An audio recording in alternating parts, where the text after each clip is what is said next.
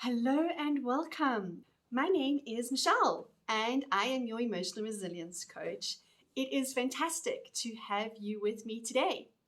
So, one of the questions I have been asked with regards to narcissists is I have read a lot up on narcissists. My partner is definitely a narcissist. My partner has come from a narcissistic home environment. Their parents were narcissistic.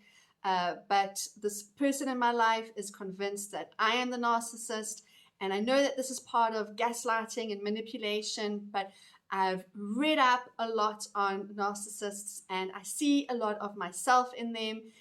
The question was, I acknowledge that part of the control and gaslighting is what a narcissist does, but the narcissist believes that they have enough evidence that I'm starting to question whether or not I am.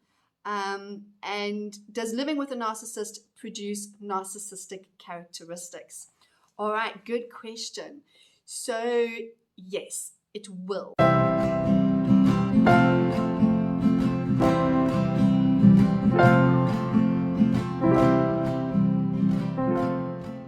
The reason why it will is because initially, and innately, if you will, within us, we all have narcissistic tendencies already there.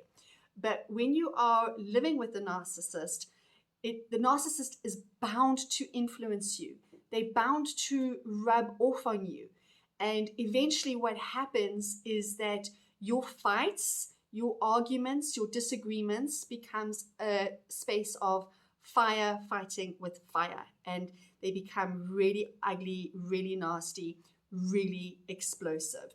The difference is you will most likely feel exhausted, tired, in tears, worn out, maybe even for days, and the narcissist will keep wanting to go, right? That they've only just started, they've only just warmed up. Because as I've spoken about in my other videos, they lack empathy, they lack that feeling of compassion, and they are just fighting and raring to go. I have done lots of videos on trauma responses, the extreme form of trauma responses, and what that looks like. So I'm not going to go into too much detail here. I am going to just quote a little bit from my book. I wrote a book about who are you beneath the pain, right? That is a question that I think many of us sit down after a long time of just pushing through the suffering, working through the heartache and the pain. We often feel that we are lost and we don't know who we are and we don't recognize ourselves.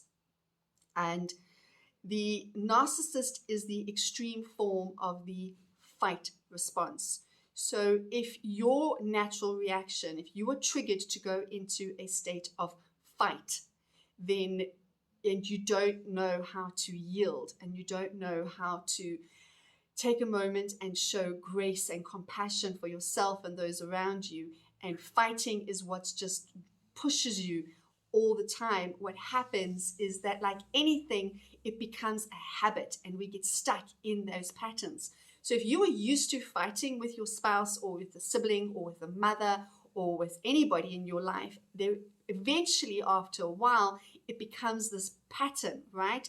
You just know it's going to come. You know the signs, you can feel the signs within yourself, you can see it within them, and you just know that eventually you're going to be doing this dance. And so when I wrote in my book, I said, when left unchecked and emotions go unprocessed, there is an extreme form of the fight response, and that is narcissism. That is when one takes their desire to survive at all costs to a continuous, it is me or them place. Attack is the default, and mercy is reviled as being weak and pathetic. Emotional manipulation is part and parcel of the toolkit, and lying to control everyone that is around is simply hardwired into who a narcissist is. How they are perceived is everything. They will lie and abuse, but cry that they are the ones that are the victim. The further along the spectrum they climb, the worse they become.